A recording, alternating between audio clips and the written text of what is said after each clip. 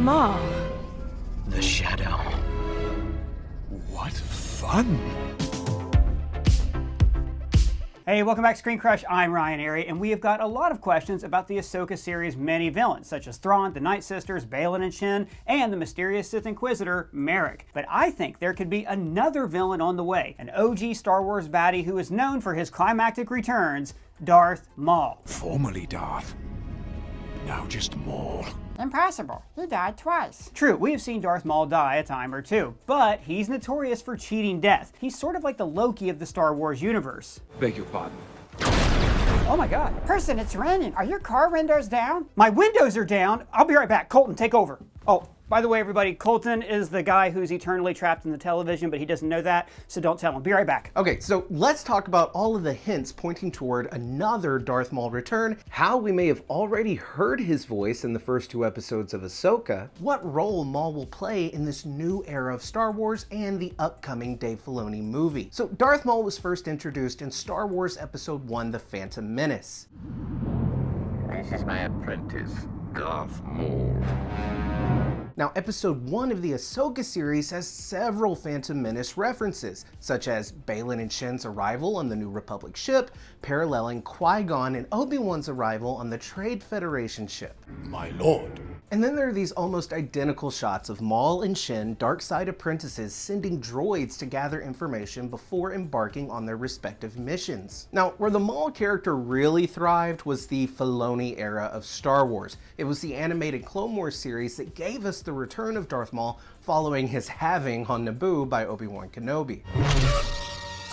In the Clone Wars, we find Maul in a state of insanity, living on a trash planet and using mechanical spider legs to move around. Maul was then found by his brother, Savage Opress, and reunited with his Nightsister mother, Mother Talzin. Now, Nightsisters are a clan of dark side-wielding witches from the planet Dathomir. They channel a certain part of the Force called magic with a K. It's like magic with a C, but you know, it's Star Wars. This magic is used in the Clone Wars by Mother Talzin to restore Darth Maul's mind and give him a new pair of legs. You got new legs. New legs. Now, we actually have a Nightsister in the Ahsoka series, Morgan Elsbeth. We've also seen Ahsoka visit a Nightsister temple where she got the star map that leads to Thrawn. And in the credits for Ahsoka, we see Dathomir as one of the planets listed on the map. Point being, the Nightsisters are heavily involved in this show, and we've seen Nightsister magic restore Darth Maul from an Obi-Wan encounter before, so why not again? Because this time he's probably 6 feet under a Tatooine desert. True, after Maul and Kenobi's final encounter in Star Wars Rebels, Maul really did die. Unlike in Phantom Menace, where we learn in Clone Wars that he held on to life by using his hate and the dark side of the Force to survive. Always remember I am fear. Always remember I am a hunter. Obi-Wan gave Maul a proper burial, and his body is now decaying away on Tatooine. But imagine how cool it would be to see Morgan Elsbeth travel to Tatooine to find the resting place of the last son of Dathomir. What if Morgan Elsbeth was able to sweet talk Maul and said something along the lines of, "The Empire failed because Palpatine was wrong to abandon his most powerful apprentice." I could easily see Maul being open to taking what he views as his rightful place as the ruler of a resurrected empire. Okay, I'm getting a little ahead of myself, so let's finish talking about why it makes sense for Maul to come back before we get into the nitty-gritty of how. Well, hurry up. You already tickled my fancy with Mummy Maul. I'll be quick. So during the Clone Wars, we saw Maul develop a close connection to the Mandalorian lore, as well as a close connection to Ahsoka Tano. We see Darth Maul become the leader of Mandalore and the wielder of the Darksaber, much to the chagrin of Bo-Katan Kryze. Never! No outsider will ever rule Mandalore. Maul was also the ruler of the clan known as Death Watch. Death Watch being the ascendants to Din Djarin's clan in The Mandalorian, the Children of the Watch. That's likely why there are Maul-inspired horns on the helmet of the armor and even Moff Gideon. Anyway, Maul was present for the Siege of Mandalore, where he and Ahsoka Tano had one of the most epic duels in all of Star Wars. And Maul and Ahsoka were together for the execution of Order 66. Don't make me regret this. You survived. But what does all this have to do with him coming back? Well, my point is that in Clone Wars alone, we've seen Maul have close ties with characters like Ahsoka Tano and Bo-Katan, and to a lesser extent, even Din Djarin. Characters who are key to this new era of Star Wars that the Ahsoka series is taking place in. So, it makes sense for him to return alongside these characters, whereas characters like Luke or Rey wouldn't really know anything about Maul. Who? But that's not all. Star Wars Rebels also featured Maul, and let's face it, the Ahsoka series is essentially Rebels Season 5, so having Maul pop up in Ahsoka would feel very natural. In Rebels, we saw Maul reunited with Ahsoka for the first time since Order 66, but Maul's primary role in the Rebels series was to provide a dark side temptation to Ezra. The two were close in their own way, and Maul actually taught Ezra a fair deal about the Force from a dark side point of view. From a certain point of view. A certain point of view? We actually did a video discussing the possibility of Ezra being the new baddie, Marrok, and in that video we discussed Ezra's connection to the dark side that was showcased in Rebels with the help of Darth Maul. And we also talk about how if Ezra is revealed to be Marrok, it could be dark side magic that is corrupting and influencing his mind, perhaps even the spirit of his old master, Darth Maul. Call me Old Master. Now, it's important to point out that Ezra did eventually see Maul for who he truly was, and it became clear to Ezra that Maul was using him to get to Kenobi! Maul and Ezra did find Kenobi, but this meeting didn't go exactly as planned for Maul.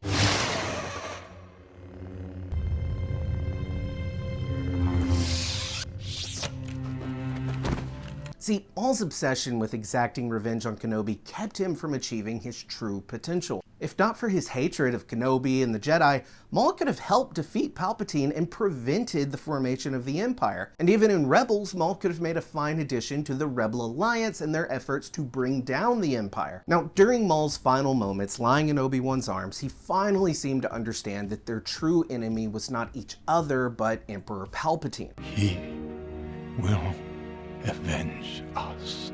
And look, I think that this line, "he will avenge us," will play a pivotal role in Maul's second return, and it gives us a sneak peek to his motivations going forward. If Maul were to return at this moment in time, the time of the Ahsoka series, he will find that Obi-Wan and Palpatine are both dead, and that Jedi Knight Luke Skywalker, son of Vader, was able to defeat the Empire and avenge their deaths. But with the New Republic being so poorly run and the old Empire trying to return, Maul could see himself as the galaxy's only hope. Maul will of course still have his lust for power, and he'll be seeking to place himself at the top. In order to do that, he's got to come back to life. So let's talk about all the ways that could happen. We've already talked about the possibility of Maul being physically resurrected, something we know the Force is capable of doing. But another option is that we will see the ghost of Darth Maul. Oh, like a Force ghost? I thought only good guys could do that. Well, in an episode of Rebels called Visions and Voices, we see Maul and Ezra go to Dathomir.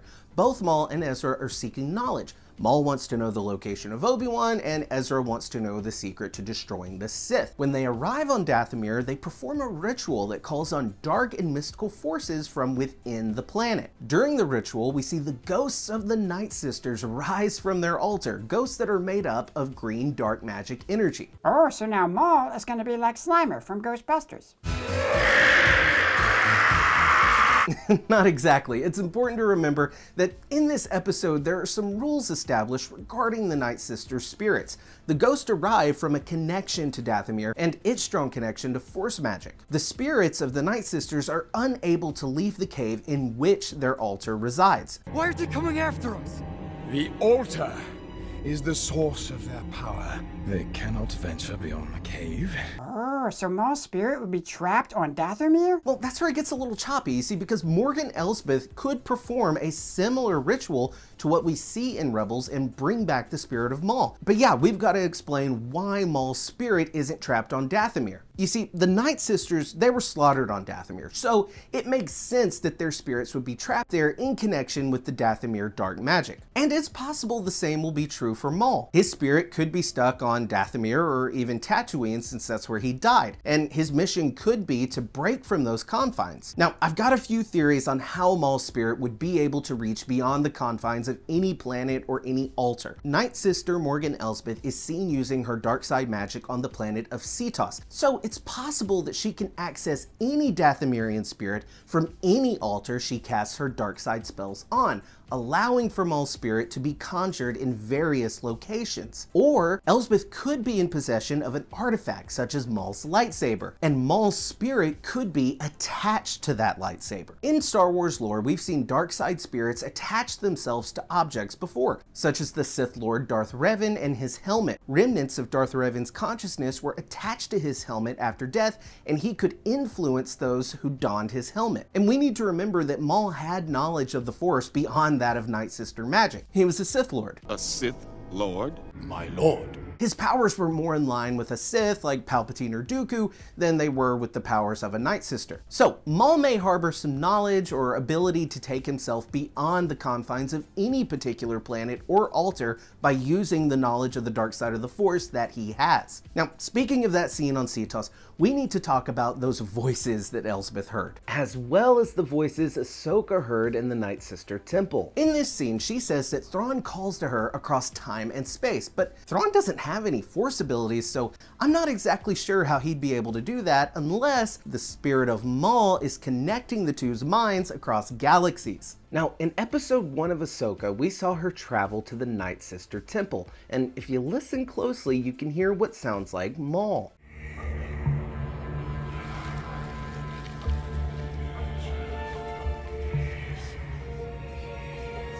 And over the voices, it says ghostly voice murmuring. So one of the voices we heard calling to Elsbeth could be none other than Maul himself. In the credits for Ahsoka, we've seen Sam Witwer credited as additional voices. Sam Witwer, of course, being the guy that voices Darth Maul in Clone Wars and Rebels. Now, some have used this crediting to make the case that the new baddie, Marrok, is actually Witwer's popular Star Wars character, Starkiller, from the Force Unleashed video games. But what if it's actually Witwer returning to do the voice of Maul? It's important to remember that Sam Witwer is a big part of the Star Wars family. Yes, he's primarily known for voicing characters like Maul, Starkiller, and even Palpatine, but he's also voiced various other characters, such as this droid in the Book of Boba Fett. I don't know. More rats? Or this shore trooper in Andor. Tourists don't run. So while it's likely that Witwer has simply lended his voice to a droid or alien that we've seen in the Ahsoka series, it's possible that he has returned to voice Maul. But this is live action. Wouldn't that Ray Park guy play Maul? Yes, Ray Park would return to play Maul physically just like he did in Solo, but Sam Witwer would return to do the voice just like he did in Solo. You and I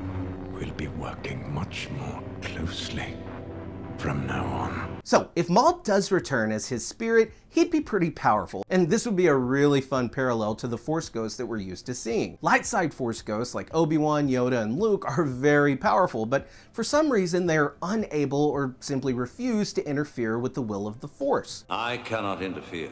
Maul, on the other hand, would have no qualms with using every aspect of his newfound power to gain the control he always wanted. He could be manipulating the minds of characters like Baylan, serving as his dark side master from beyond the grave. And that would make a lot of sense because Maul is no Sith nor is Baylan, but they're both dark side users. So perhaps it is Maul who has taught the former Jedi, Baylan Skoll, the ways of the dark side. When Baylan says that finding Thrawn will lead to power such as they've never seen before, Power, such as you've never dreamed. This could be something that was promised to him by Morgan and Maul. Perhaps it was Maul and his access to the ethereal plane that was able to locate Thrawn, and in this other galaxy could lie the secrets that Maul is looking for to restore his physical self. These ancient people that Elsbeth speaks of could hold the secret to bringing a spirit back to the physical plane. What's that have to do with Thrawn? Well, a few things. Maul wants to become ruler of the universe, and if he wants to do that, he's going to need someone like Grand Admiral Thrawn to help him militarily. And we need to remember remember that Thrawn isn't the only one banished to deep space. Ezra is out there too, and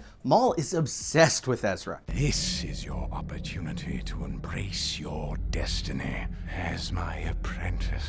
I told you that is never going to happen! Forget the past! Forget your memories! In that Rebels episode that I mentioned earlier, Visions and Voices, we saw Maul use the Force to haunt Ezra.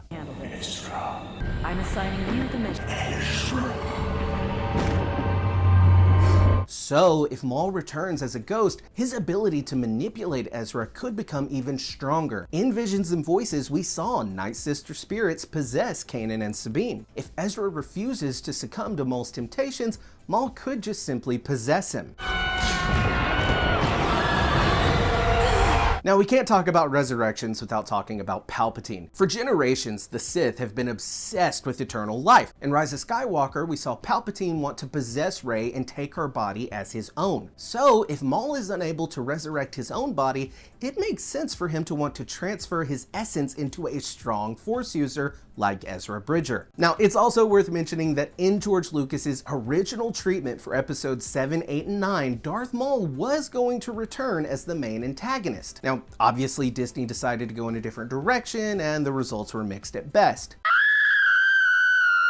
But series like The Mandalorian and Ahsoka are giving us a second crack at post-original trilogy stories. So it'd be fitting for Maul to have a part to play in this post-Empire era like Lucas had originally intended. It's like poetry, so if they rhyme. And if Ezra has turned to the dark side and is now working with Dathomirian witches, it's only fitting that his old friend Maul be involved. Hey everybody, what's up? I'm back. What'd I miss? Hey there, did you get your car windows rolled up? You know what, Doug? It's the funniest thing. I got outside and then I saw, instead of a parking lot, this swirling vortex of death. Like in Beetlejuice? Yeah, kind of like Beetlejuice, yeah. And then I realized I don't own a car. So let me know, do you think Darth Maul is going to return in this series, or do you think he'll have a role to play in bigger projects like the Filoni movie? Let me know your thoughts down in the comments below, or you can @ any of us on Twitter. And if it's your first time here, please subscribe, smash that bell for alerts. For ScreenCrush, I'm Ryan Airy.